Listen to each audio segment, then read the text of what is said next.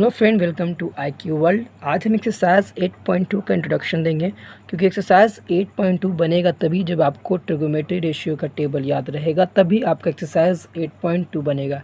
तो आज हम डिस्कस करेंगे तो ट्रिगोनोमेट्री टेबल बनता कैसे है, उसके बारे में आज हम डिस्कस करेंगे और याद करने की कोशिश करेंगे। चलिए स्टार्ट करते हैं। पहले आपको क्या करना है, 0 से लेकर 4 तक लिख लेना नंबर को। 0 1 2 3 4 तक आप इस तरीके से डिजिट को लिख लीजिएगा।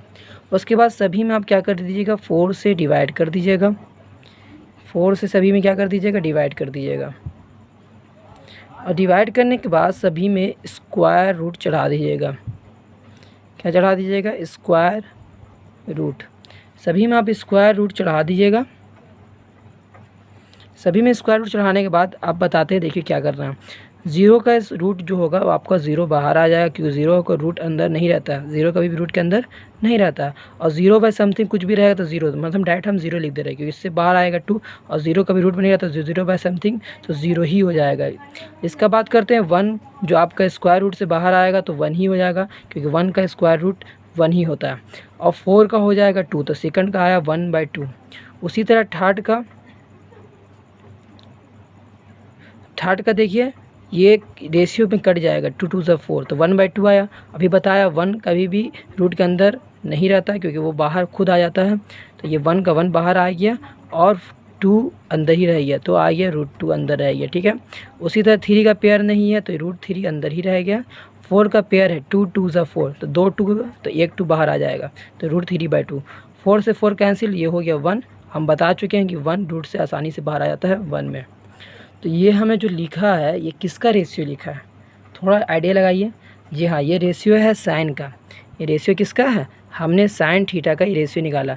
ये पहला जो है आपका 0 डिग्री है, सेकंड आपका 30 डिग्री है, थर्ड आपका 45 डिग्री है, फिफ्थ 60 डिग्री, और 1 2 3 4, और ये फिफ्थ आपका 90 डिग्री, ठीक है।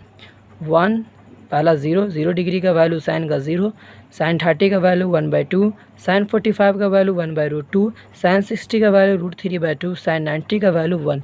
ये था आपका साइन थीटा का ट्रिगोनोमेट्रिक टेबल, ठीक है। ये रेशियो आप देख लिए साइन थीटा का।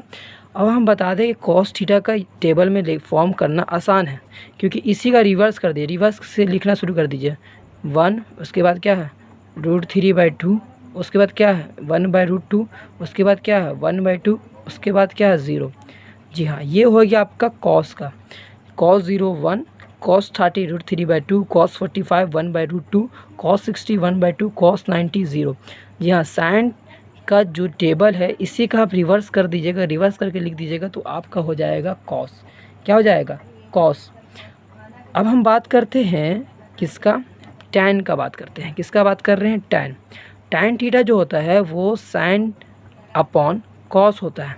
साइन अपॉन क्या होता है, कॉस होता है। Sine theta upon cos theta. अब हम बात करते हैं टैन 0 का। टैन 0 का बात करें तो हमको साइन बाई कॉस है, तो जाहिर बात है साइन 0 लिखना पड़ेगा। साइन 0 का वैल्यू 0, तो लिख देंगे ऊपर 0। कॉस 0 का वैल्यू 1, तो नीचे लिख देंगे 1। 0 बाय समथिंग क्या होगा, 0 बाय समथिंग 0, मतलब टैन 0 का वैल्यू आ जाएगा आपका 0। क्या आ जाएगा, 0 आ जाएगा, ठीक है। उसी तरह हम बात करेंगे आगे से सेकंड नंबर में टैन 30 डिग्री। तो आपको क्या लेना पड़ेगा, साइन 30 बाई कॉस 30 लेना पड़ेगा। तो साइन 30 का वैल्यू 1/2, तो लिख देंगे 1/2, और कॉस 30 का वैल्यू √3/2, तो यहाँ पर लिख देंगे √3/2, ठीक है। ये क्या है, चल जाएगा, ये 2 से 2 कैंसिल हो जाएगा, तो आपका आंसर आ जाएगा 1/√3। तो टैन 30 का वैल्यू क्या आ गया, 1/√3। उसी तरह हम निकालेंगे टैन 45 डिग्री। कितना डिग्री, टैन 45, तो जाहिर सी बात है साइन अपॉन कॉस है, तो साइन का कितना आया था वैल्यू 45 में, तो 1/√2 था। तो उसी तरह आप साइन का लिख दिया 1/√2, तो कॉस का भी लिखना, तो कॉस का भी था आपका 1/√2। √2 से √2 कैंसिल, तो ये आपका हो गया वैल्यू 1। टैन 45 का वैल्यू क्या हो गया, 1। उसके बाद आपका है टैन 60 डिग्री। कितना, टैन 60 डिग्री, मतलब साइन 60 अपॉन कॉस 60 लिखना पड़ेगा। तो साइन 60 का वैल्यू कितना आया था, √3/2, √3/2, और कॉस 60 का वैल्यू 1/2। 2 से 2 कैंसिल, मतलब टैन 60 का वैल्यू कितना आ गया, 3 आ गया। कितना आ गया? √3। लास्ट आपका है tan 90 डिग्री। tan 90 कैसे बनेगा? sin 90 upon cos 90। sin 90 का वैल्यू 1, cos 90 का वैल्यू 0। हम जानते हैं समथिंग बाय 0 जो होता है वो अनडिफाइंड होता है, उसको हम डिफाइंड नहीं करते। लेकिन 0 बाय समथिंग जो होता है उसका वैल्यू 0 होता है, लेकिन समथिंग बाय 0 हो जाए तो उसको अनडिफाइंड, उसको डिफाइंड नहीं किया जा सकता। ठीक है, तो ये आपका टेबल था साइन, कॉस और tan का। इसको हम अपने टेबल में पुट करते हैं। चलिए अब इस टेबल को देखिए, इस तरीके से बनाया था, आप याद कर लीजिएगा। sin 0 का वैल्यू बताया 0, sin 30 का वैल्यू 1/2, sin 45 1/√2, sin 60 √3/2, sin 90 का वैल्यू 1। इसी का रिवर्स कॉस था, मतलब ये 1 उल्टा लिखना शुरू कर दीजिए। 1 √3/2, 1/√2, 1/2 और ये 0। tan किसका था? इसी का sin अपॉन cos tan था, 0 बाई समथिंग 0। इसको काटिएगा तो आएगा 1/√3, इसको काटिएगा पूरा कट जाएगा 1, ये आ जाएगा आपका 2 कैंसिल हो जाएगा तो √3 और समथिंग बाई 0 अनडिफाइंड। तो ये आपका sin, cos और tan का हमने रेशियो क्या कर दिया? आपको बता दिया। अब अगला है cosec। अगला क्या है? cosec। इसको आप समझ लीजिए cosec क्या है। sin का उल्टा होता है cosec। मतलब आपको अगर cosec लिखना है, cosec जानना है, cosec थीटा जानना है, तो आप sin को क्या कर दीजिए? रिवर्स कर दीजिए, उल्टा कर दीजिए। उसी तरह अगर आपको sec थीटा जानना है तो आप क्या करिए? cos को उल्टा कर दीजिए। उसी तरह अगर आपको cot थीटा जानना है तो क्या करिए? tan को उल्टा कर दीजिए। तो ये आपको याद करना पड़ेगा कि cosec जानने के लिए sin को रिवर्स कर दीजिए, रेसिप्रोकल कर दीजिए। sec जानने के लिए cos को रेसिप्रोकल कर दीजिए। cot जानने के लिए tan का रेसिप्रोकल कर दीजिए। चलिए स्टार्ट करते हैं। पहला आपका cosec। cosec जानने के लिए आपको क्या बताया? sin का उल्टा कर दीजिए। sin का उल्टा करिएगा तो 0 कहाँ चल जाएगा? नीचे चल जाएगा। मतलब अभी बताया आपको क्या होता है, cosec = होता है 1/sin, 1/sin। तो यहाँ पर 1 ऊपर और sin का वैल्यू कितना था? 0। तो 0 समथिंग बाय 0, तो क्या हो जाएगा? cosec 0 का वैल्यू अनडिफाइंड, मतलब इसको आप डिफाइंड नहीं कर सकते। अब यहाँ पर देखते हैं cosec 30 का वैल्यू 1/sin है, तो sin कितना है cosec 30 में? तो आपका sin का वैल्यू है 1/2, तो 2 ऊपर चल जाएगा, मतलब cosec 30 का वैल्यू होगा 2। cosec 30 का वैल्यू 2। उसी तरह cos 45 इसका उल्टा √2 क्या चल जाएगा? ऊपर चल जाएगा। cos 60 का वैल्यू 2 ऊपर चल जाएगा, √3 नीचे आ जाएगा, मतलब उल्टा कर देना। और cos 90 का वैल्यू देख लीजिए, cos 90 का वैल्यू क्या होता है? cosec क्या होता है? 1/sin। तो 1/90 का वैल्यू कितना? 1, तो 1/1, तो आपका 1 ही रहेगा। cosec 90 का वैल्यू 1 ही रहेगा। ठीक है, उसके बाद आप देखिए यहाँ पर sec 0। sec किसका अपोजिट है? अब देखिए sec जो है किसका उल्टा है? तो 1/cos का उल्टा है। किसका उल्टा? 1/cos का उल्टा है। तो यहाँ पर पहले देखिए cos कितना है? 1 है, तो sec 1 का वैल्यू क्या हो जाएगा? sec 1 का वैल्यू 1/cos, cos 0 का वैल्यू क्या है? 1, तो 1/1, तो आपको क्या हो जाएगा? ये 1 ही रह जाएगा। sec 0 क्या हो जाएगा? 1 ही रह जाएगा। sec 30 अभी बताया 1/cos है, तो cos 30 का वैल्यू देखेंगे, cos 30 का वैल्यू था √3/2, तो 1/√3/2, तो ये 2 ऊपर चल जाएगा, तो क्या हो जाएगा? इसका वैल्यू हो जाएगा 2/√3। मतलब cos का जो उल्टा कर दिए, रेसिप्रोकल कर दिए, वही इसका आंसर हो जाएगा। √3/2 है तो 2/√3 हो जाएगा।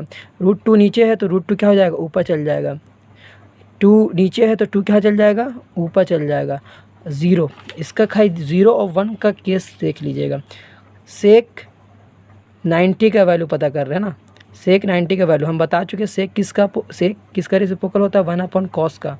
cos 90 देखेंगे, cos 90 का वैल्यू क्या है? 0, तो 1/ क्या हो जाएगा? 1/0 और समथिंग बाय 0 अनडिफाइंड, मतलब इसको आप डिफाइंड नहीं कर सकते। मतलब आपका हो जाएगा sec 90 आप हो जाएगा अनडिफाइंड, इसको आप डिफाइंड नहीं कर सकते। क्लियर है?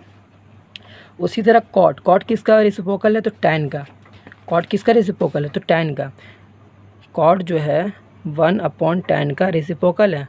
अब यहाँ पर देखिए कि tan 0 का वैल्यू 0 है, तो हमको cot 0 निकालना है, तो tan 0 का वैल्यू पुट करेंगे, तो ये क्या हो जाएगा समथिंग बाय ज़ीरो, तो यहाँ पर क्या हो जाएगा अनडिफाइंड। उसी तरह tan 30 का वैल्यू 1/√3, tan 30 का वैल्यू 1/√3, तो tan 30 का वैल्यू पुट कर देंगे tan इधर 1/√3, तो ये ऊपर चल जाएगा, तो cot 30 का वैल्यू आ जाएगा √3, मतलब रेसिप्रोकल कर देना। तो यहाँ पर √3 नीचे है तो √3 क्या हो जाएगा इसमें ऊपर आ जाएगा, 1 नीचे रहे ऊपर है 1 का वैल्यू 1 ही रहेगा, √3 ऊपर है तो √3 क्या हो जाएगा नीचे आ जाएगा। ये अनडिफाइंड है, ये क्या है अनडिफाइंड है। तो अनडिफाइंड आया था कैसे tan का, आपका tan का अनडिफाइंड आया था कैसे, तो आपका tan का अनडिफाइंड इस वजह से आया था कि 0 बाई समथिंग बाय 0 हुआ था, इस वजह से अनडिफाइंड हुआ था। देखिए tan 90 का वैल्यू जिस तरीके से tan का जो वैल्यू होता था sin अपॉन cos होता था, उसी तरह cot का वैल्यू जो होता है cos अपॉन sin होता है। क्या होता है cos अपॉन sin।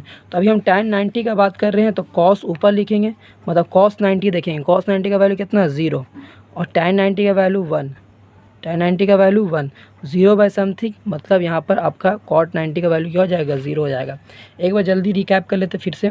साइन इस तरीके से जो निकाला पहले, यहाँ पर आप देख लीजिए किस तरीके से हमने साइन का निकाला। साइन का इस तरीके से टेबल पहले बना दिया, 0 1 2 3 4 तक लिख दिया, नीचे 4 से डिनोमिनेटर को डिवाइड कर दिया, उसके बाद रूट चढ़ा दिया, उसके आपका साइन 0 का पूरा 1 से 0 से लेकर 90 तक आपका वैल्यू आ गया। इसी को रिवर्स करके लिखा तो कॉस का वैल्यू आ गया, ठीक है, कॉस का वैल्यू आ गया। उसके बाद tan का बात किया, tan कैसे आया, तो साइन को कॉस से डिवाइड कर दिया तो tan आ गया, इसको आप डिवाइड कर दीजिएगा सब रेशियो को, तो आपका tan का वैल्यू आ जाएगा। फिर हमने देखा कॉसेक कैसे आया, तो साइन का उल्टा किया, साइन का उल्टा किया मतलब साइन को नीचे लिखा तो 1 अपॉन में साइन लिखा तो 1/0, तो 1/0 क्या होता है समथिंग बाय 0 अनडिफाइंड। फिर इसको नीचे लिखा तो इसको उल्टा चल जाएगा तो 2 पर आ जाएगा, इसको नीचे लिखा तो √2 पर आ जाएगा, इसको नीचे लिखा तो 2 पर √3 नीचे आ जाएगा, और 0 बाय समथिंग हो जाएगा, तो 1 नीचे लिखे ऊपर लिखे 1 का 1 ही आ जाएगा। सेक उसी तरह कॉस को उल्टा करके रिवर्स करके सेक लिखा। कॉट को आप कॉस बाय साइन भी कर सकते हैं, मतलब कॉस को कॉस बाय साइन अगर लिखिएगा तो आपका कॉट आ जाएगा। जैसे cos by sine 1/0 undefined, √3/2 divide by 1/2, काटिएगा 2 cancel तो आ जाएगा √3। उसी तरह 1/√2 1/√2 रूट पूरा कैंसिल हो जाएगा तो 1 आ जाएगा। कॉस बाय साइन होता है कॉट का, तो 1/2 नीचे ऊपर और √3/2 नीचे, तो 2 से 2 कैंसिल तो बच जाएगा 1/√3। और यहाँ पर आपका कॉट 90 का वैल्यू तो कॉस 90 डिवाइड बाय साइन 90, मतलब 0/1, तो 0 बाय समथिंग 0। तो इस तरीके से आपको ट्रिग्नोमेट्रिक टेबल याद करना है। याद रखिएगा कॉट का होता है कॉस बाय साइन, मतलब कॉस के रेशियो से साइन के रेशियो को डिवाइड कर दीजिएगा तो कॉट का वैल्यू आ जाएगा।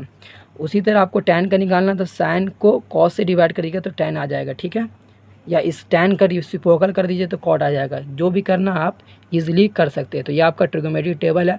आई होप आप इसको याद कर लीजिएगा अच्छी तरीके से, ताकि आपका जो एक्सरसाइज 8.2 ईजिली बन जाए।